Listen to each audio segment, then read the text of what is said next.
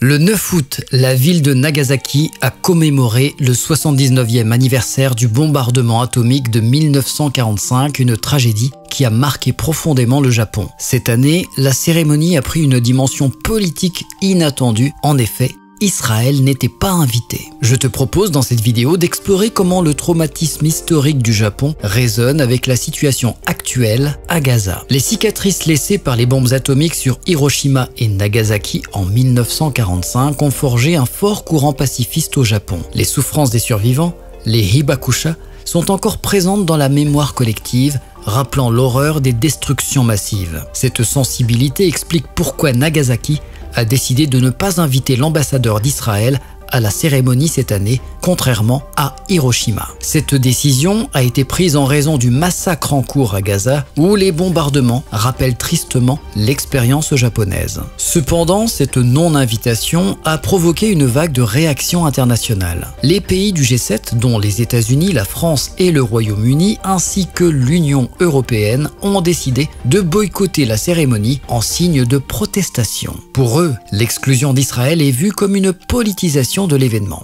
Pourtant, Nagasaki a aussi invité un représentant de l'autorité palestinienne, un geste symbolique montrant que la ville veut soutenir les victimes de conflits actuels sans prendre position. D'ailleurs, contrairement aux États-Unis, à la France ou à l'Union européenne, le Japon, lui, est logique puisqu'il n'a pas invité non plus la Russie. Attention, pas de signe d'équivalence, les Russes sont vraiment très méchants et les Israéliens très gentils. Pour de nombreux Japonais, la souffrance des habitants de Gaza fait écho à leur propre histoire. Le maire de Nagasaki, Shiro Suzuki, a déclaré vouloir préserver la paix et la solennité de l'événement, conscient de la douleur infligée par les conflits armés. En citant la poétesse Sumako Fukuda, survivante de la bombe, il a souligné l'importance de ne jamais oublier les horreurs du passé pour éviter qu'elles ne se reproduisent, que ce soit au Japon, en Ukraine ou à Gaza. La commémoration de Nagasaki montre à quel point les traumatismes du passé continuent de modeler la conscience collective et les décisions politiques d'aujourd'hui.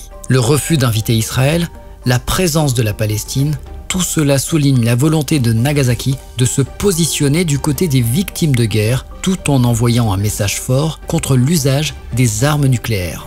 Et toi alors, quel est ton avis? Est-ce que le maire de Nagasaki aurait quand même dû inviter Israël? A-t-il eu raison d'inviter la délégation palestinienne?